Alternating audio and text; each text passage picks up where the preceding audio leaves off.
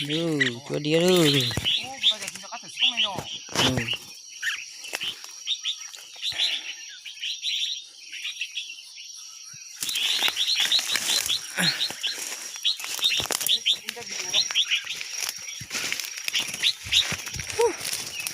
Mà chúng tiêu lỡ rồi. Sao số nó bị to rồi kia.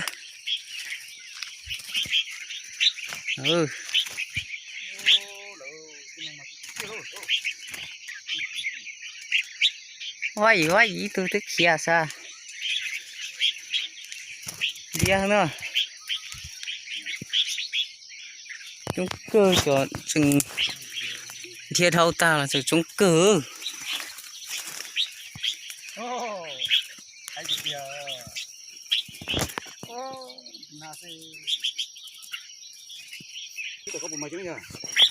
Chúng là giả sa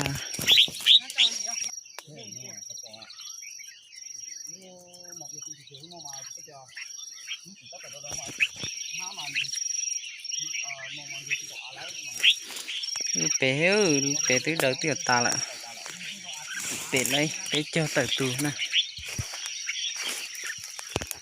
xuống bé từ chúng cũng là toàn ra hơn chúng cơ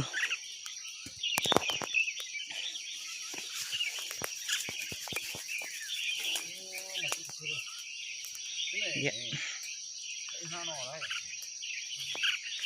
Tao nó xưa mà chúng như sườn gió rồi cái chậu nó tư chứ ta xin nó sợ lắm mà mùng cái mùng kẹo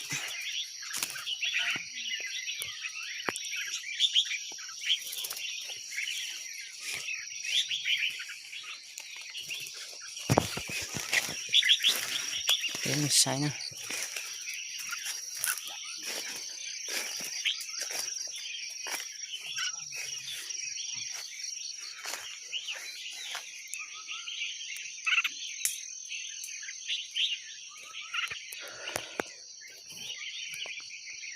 nó thật sườn gió ơi.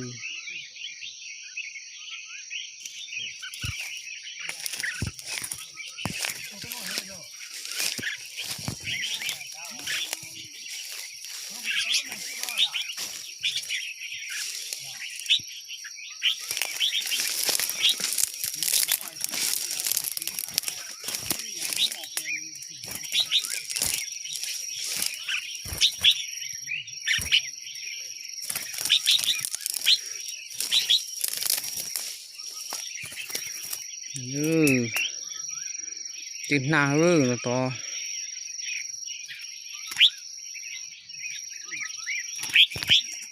cái tù tích lâu này là hút đi ạ.